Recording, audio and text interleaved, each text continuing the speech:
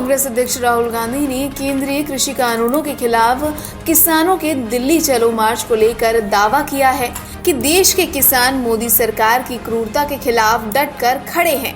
उन्होंने दिल्ली पहुंचने की कोशिश कर रहे किसानों को रोके जाने पर और उन पर पानी की बौछार करने से जुड़ा एक वीडियो ट्वीट कर केंद्र सरकार पर जमकर हमला बोला।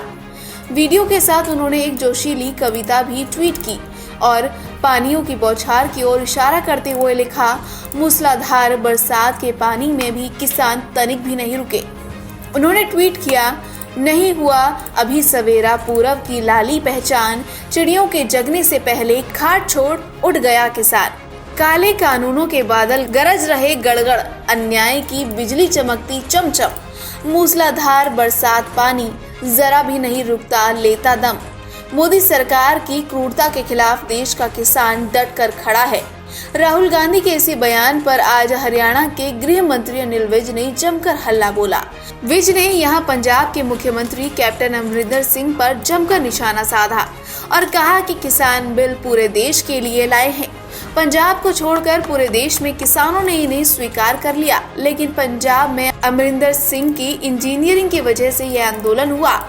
विज ने कहा कि केंद्रीय मंत्री ने किसानों को बात के लिए बुलाया है और उम्मीद है कि उन्हें बात समझ में आएगी। देखिए, जो किसान बिल आए हैं वो सारे देश के किसानों के लिए आए, पंजाब को छोड़कर बाकी सारे देश के किसानों ने उनको स्वीकार कर लिया। अब पंजाब में राजनीतिक कारणों से अमरिंदर सिंह की इंजीनियरिंग की वजह से पंजाब के किसान आंदोलन कर रहे हैं। केंद्रीय मंत्री ने उनको बातचीत के लिए बुलाया है। उम्मीद है कि उनको भी बात समझ में आ जाएगी और ये मामला समाप्त हो जाएगा। दरअसल मानसून सत्र में पारित हुए कृषि कानूनों के खिलाफ किसान आंदोलन कर रहे हैं। खासकर पंजाब के किसान लंबे समय से आंदोलन कर रहे हैं। उनकी मांगे हैं कि इन कृषि कानूनों को वापस लिया जाए। इसके साथ ही उनका दावा है कि ये कानून किसान विरोधी है और अपनी ही जमीन पर किसान मजदूर बनकर रह जाएंगे। नियंत्रण बड़ी कंपनियों के हाथ में चला जाएगा। दूसरी तरफ मोदी सरकार इन कानूनों को कृषि सुधार बता रही है। मोदी सरकार का दावा है कि इससे किसानों की आमदनी बढ़ेगी, मंडियों में बिचौलियों पर लगाम लगाने में मदद मिलेगी।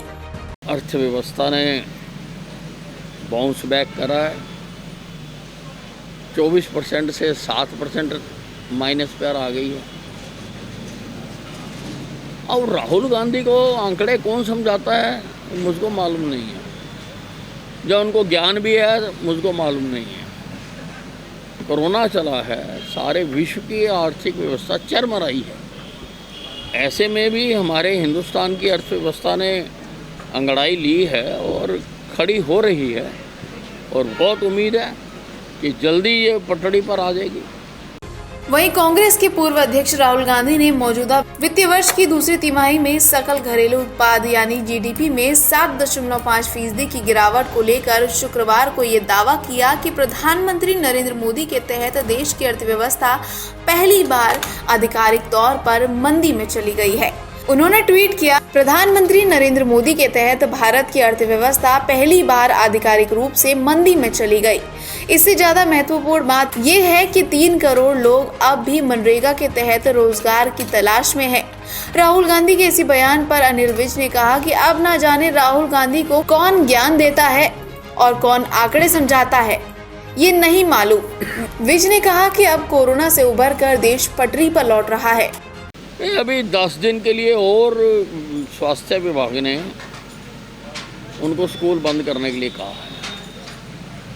उन्होंने हमारे से गाइडलाइन मांगी थी। हमने 10 दिन का समय और कहा है कि आप इंतज़ार करें। हरियाणा में कोरोना के बढ़ते मामलों को देखते हुए अब सरकार ने स्कूलों को लेकर भी बड़ा फैसला लिया है।